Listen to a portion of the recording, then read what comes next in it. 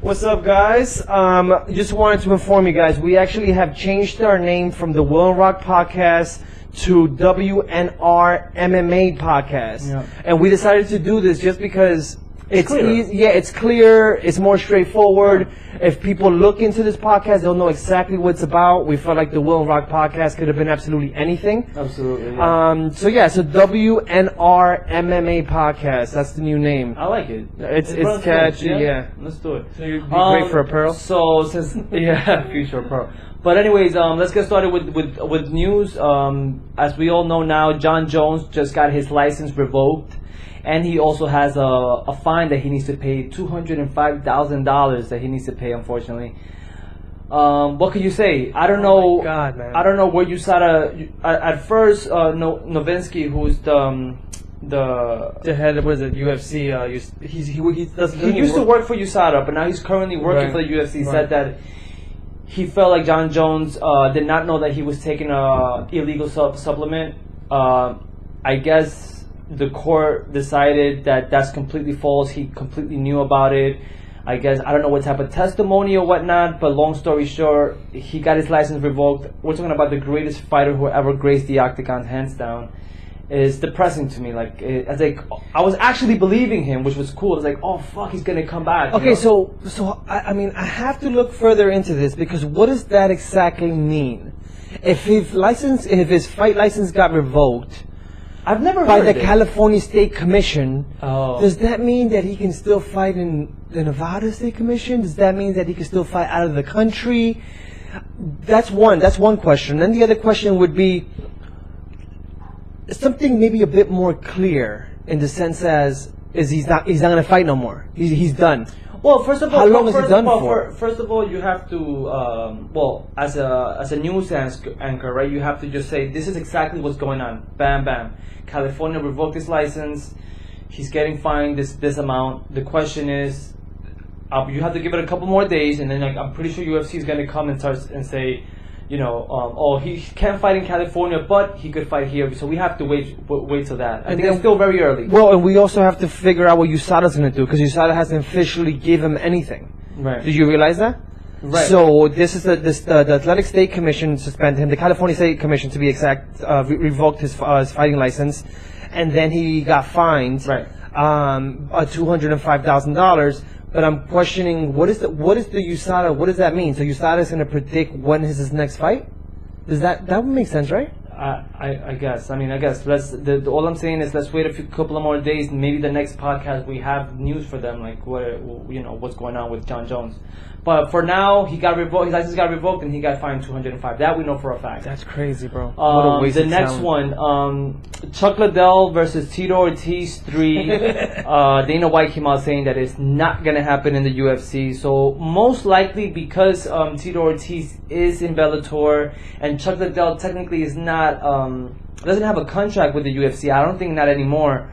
It makes sense for him to just sign a one fight deal if they want to make that happen, which I think they might as well. Fuck it, bro. Yeah. Fuck it. This is two legends who've gone to war. Ortiz, as crazy as it sounds, he still looks pretty legit. One of the pioneers of these things. Yeah, but I'm talking about how is he fighting now? He's the last guy to actually fight in the octagon. Chuck has been gone for way too long. Yeah.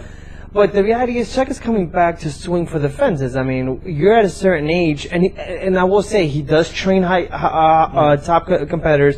Guy Mercer is always with him. They're always constantly training. Yeah. And then to top it off, he's not somebody who hasn't been active. He's pretty active with all these big guys. Yeah. So what is that going to look like in the octagon? At the end of the day, I would totally watch it. I would watch it just out of respect for what Chuck Liddell has done, without a doubt, and what Tito Ortiz has done. So I would totally watch it.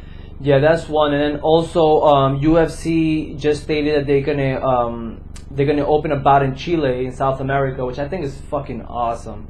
It's about time that South America gets the recognition that they deserve. They have tremendous talent that it gets overshadowed with all the American and Europeans. I think South America gets overshadowed because of Brazil. If you think about it, right, Brazil owns South America. Yeah. That's where MMA maybe pioneered. Who knows?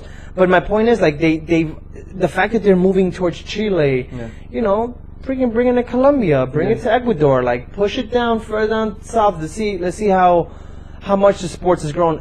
Obviously, there's great fighters coming out of Colombia. There's great fighters coming out of Ecuador. There's a Peruvian, the guy that won the Latin American. Oh yeah, that's right. That's right. You know, there's great fighters coming out of all of South America. So for them to start gracing into South America and to be Chile, that's dope. I love it, bro. I love it. I agree with you 100%. That's happening May 19th. It's happening in Santiago, Chile. That's dope. Something to look forward to. And last but not least, as you know, we posted a picture of both Brock Lesnar and Dana White hugging each, pretty much putting their hands over each other and smiling. There was nothing. Dana White posted it, but he didn't have much to say. So now he leaves us thinking, what the fuck could possibly be going on? So check this out. Because I have a kid who somewhat keeps me posted with WWE, and the only reason why we're bringing this up is because obviously Brock Lesnar is still under contract with WWE. Is he? Yeah, he's still under contract. So his contract is very exclusive, right? He has a very exclusive contract with WWE. But right now, he actually was supposed to be in Monday Night Raw. And I don't know if people know what the hell Monday Night Raw is, but it's WWE's actual wrestling entertainment. He was supposed to be in Monday Night Raw. He was supposed to fight this guy named Roman Reigns, and they were supposed to because they're gonna fight in WrestleMania. Oh, okay. So that was the script. That's Brock Lesnar's last fight, bro. WrestleMania is his last fight. So he didn't show up on his contract, and that's it. It's a wrap. Because he's the champion. Roman Reigns just won, and he's going to fight for the championship belt. Brock Lesnar was a no-show for Monday Night Raw. Okay? He was just a no-show. He was supposed to show up. That's in the script, whatever the hell it was. It could be in the script, but my point is, don't you want to hype up WrestleMania? Why wouldn't he come out and hype it up? I'm talking about ticket sales here, at least for WWE. So to make a long story short, not to bore you guys with professional wrestling, professional entertainment wrestling. Yeah. If Roman Reigns beats, I feel like we're doing a WWE podcast. If Roman Reigns beats Brock Lesnar in WrestleMania, and Brock Lesnar gets his belt taken away, Brock Lesnar is coming into the UFC, bro. Guarantee, I'm calling it now. Well, it does only completely make sense. I think the heavyweight division, now more than ever, needs a little spark. We have Daniel Cormier who's going to fight Stipe Miocic. I think it's a great fight. It's something to really look forward to. Whether or not Stipe Miocic wins, he's going to stay in heavyweight because he's not going to come down. And Daniel Cormier, in that case, could easily come down, whether he wins or loses, back to light heavyweight. He still has some unfinished business with a couple of fighters.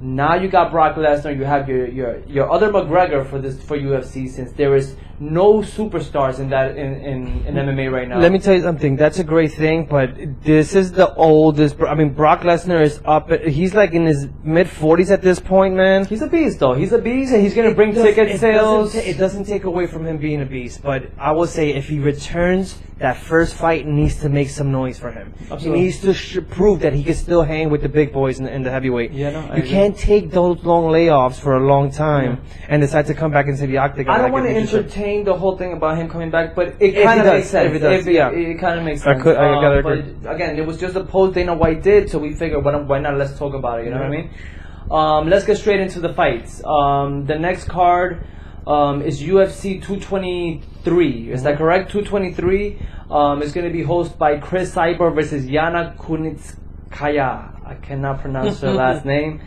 But anyways, let's get to the first bout. So I'm going to start because although you won the last one, you won the main event. So let me get the last one in order for you to get the main event, if that makes sense. Okay. All right. So the first fight is going to be Kat Zingano versus Ketlen Vieira. Ketlen Vieira is she's debuted in the UFC. She's undefeated at 9-0. This is for they're fighting on the bantamweight. I still believe, I don't know too much about Yana, with Kettler, so I'm going to go directly into Kat Zingano. I think Kat Zingano is a vet in that bantamweight division, and she will get it done. All right. I'm not going to go against you on this. I think it'd be stupid for me to go against you on this. I don't know much about the other girl, and I know what Kat Zingano brings to the table. And Kat Zingano is the dark horse in that division. She is also beating top-level competition. And I felt like she could have used a rematch versus Ronda Rousey, because the way she lost to Ronda Rousey hurt my heart. But I'm going Kat Zingano on this. Cool.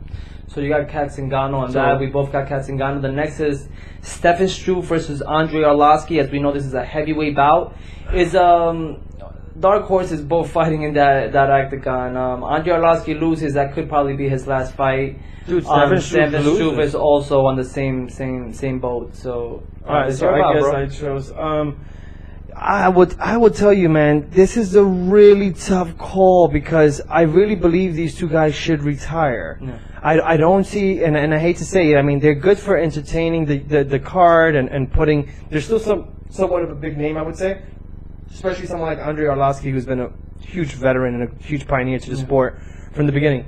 I'll keep it short. I'm going Stefan Struve because I do not see Andrei Arlovski knocking him out. I'm gonna leave it at that. I believe that's completely opposite things. Yeah. Stefan Struve has been knocked out a couple of times. I think Andrei Arlovski has the power to knock him out, and Stefan Struve defense is not up to par. Andrei Arlovski gets it done in the first or second round. I will just to add to that, they both don't have great defense. It's why this fight's not gonna pass the first round. I don't believe it will. Okay. But I'll contradict you on that. I'm picking Andrei Arlovski. The next one is Joe O'Malley versus Andrei Sakut. I'm not even gonna try to pronounce his last name. And if you guys think that it's hard, look it up. His last name is freaking outrageous. It's crazy. Word up. So who goes? Oh, my turn, right? It's kind of hard not to pick against Sean O'Malley. He's performing at a tremendous level. One of the kids are coming up in this bantamweight division. I see him taking it, whether first, second round. Submission. Submission. Wow. Okay, so I got O'Malley as well. I'm not going against you, bro. O'Malley is showtime, my friends. Yeah. You guys should totally check this guy out. He's a good fighter. He is a great fighter. He sees things differently than other fighters see it, and he fights like a vet in the way he does things because he almost knows what the other fighters. And he's a young kid. Dude, he does spectacular stuff. He reminds me of Showtime Pettis at his prime. You know. I'm going O'Malley. I'm not even gonna take a risk with the other dude. Cool. And I won't go against somebody who I can't pronounce last name. That's crazy. So now we have Frankie Edgar versus Brian Ortega. This is me, right? It's me? Oh, that is you. So I messed up. No, it's all good. It's all good. We'll take that. So Frankie Edgar versus Brian Ortega. So you take the last two. You get to pick the last two. Not that it matters, because I could pick the same fighters. Okay, my man Frankie is going for this one, bro. My man Frankie, I'm going to tell you, if Ortega pulls this submission off on Frankie, I will be blown the fuck away. Not that he cannot, because he is a top-level Brazilian Jiu-Jitsu. Hands down. Huge. He's a huge deal, and he's these guys that people usually fall asleep on. Yeah. This was a great opportunity for Ortega. Yeah. I think they threw him a massive bone going into this, because if he upsets Frankie Edgar, he's fighting Max Holloway, dude. Yeah, hands down. No, I agree with you 100%. How could you not promote somebody that's been submitting everybody since he stepped in the octagon? It just completely makes sense for you to directly push him over with Max Holloway and, tell his story. Which, by the way, he has a tremendous story going into this bout. He was a former gang member, so a couple of his friends died, coming from California. Tremendous story that you could actually promote. And on top of that, all the submissions that he's had going into this bout, he submits Frankie Edgar. He's going to blow my mind, and he deserves to fight with Max Holloway. With that being said... I'm sorry. I got Frankie on this, man. With that being said... I said Frankie wipes him out, bro. I think that Frankie Edgar is... different level. Not only... I'm going to be a little biased because I feel like Frankie Edgar deserved the title bout a long time ago. But he's just relentless. It's somebody that's going to step in there. I don't see anybody knocking him out. I don't see anybody stopping him. Frankie Edgar gets it done by decision. I say Frankie Edgar gets it done second round TKO. He's going to swarm through Ortega. That's my prediction. Yeah. I have him TKO second round. He's gonna feel him out, and he's gonna make him look as bad as he made Yaris look. That's just my prediction. The reason why, and just to throw that in there, the reason why Frankie doesn't get that recognition he can is because he doesn't have a big mouth and he doesn't talk shit. Yeah. He goes into the fucking octagon and he gets it done. I agree with you. I got Frankie on that. And last but not least, for the featherweight title, the killer herself, Chris Cyborg, the truth, the best one. Man, this is so hard. Versus Yana. I'm not even going to pronounce her last name because you guys could look it up. It's freaking ridiculous. Yana coming in. I'll just give a little thing you get to pick. Yana's also coming in undefeated into the UFC. She's won a couple of Grand Prix outside the United States.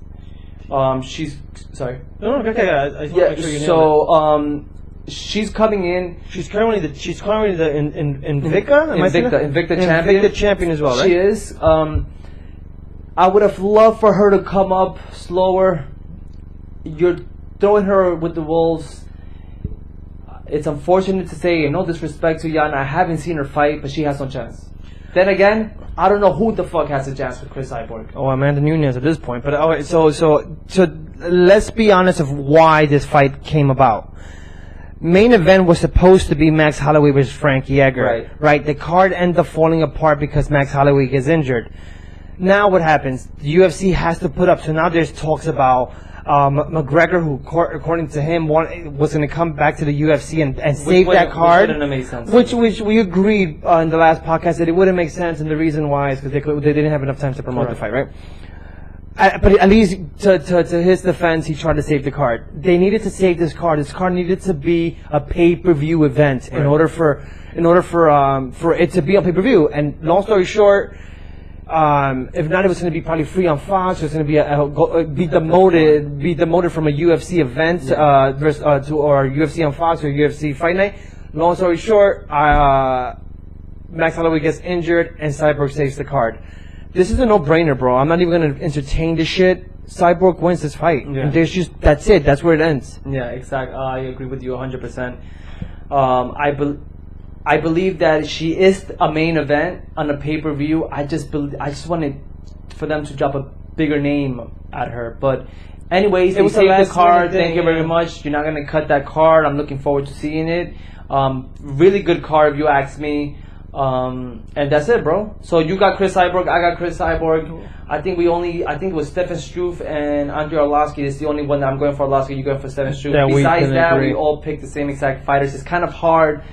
It's not even about being so much biased. It's just understanding these fighters, and you have to pick the right ones. And I don't want to take any more shots. But anyways, that's all, bro. Yeah, man.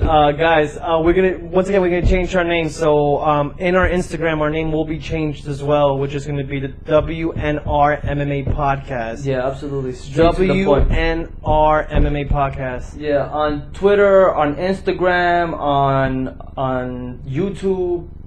Yep, all the social medias we have. You know what I'm saying? Anyways, thanks for listening, and we'll see you next week. Have a good one, guys. Peace.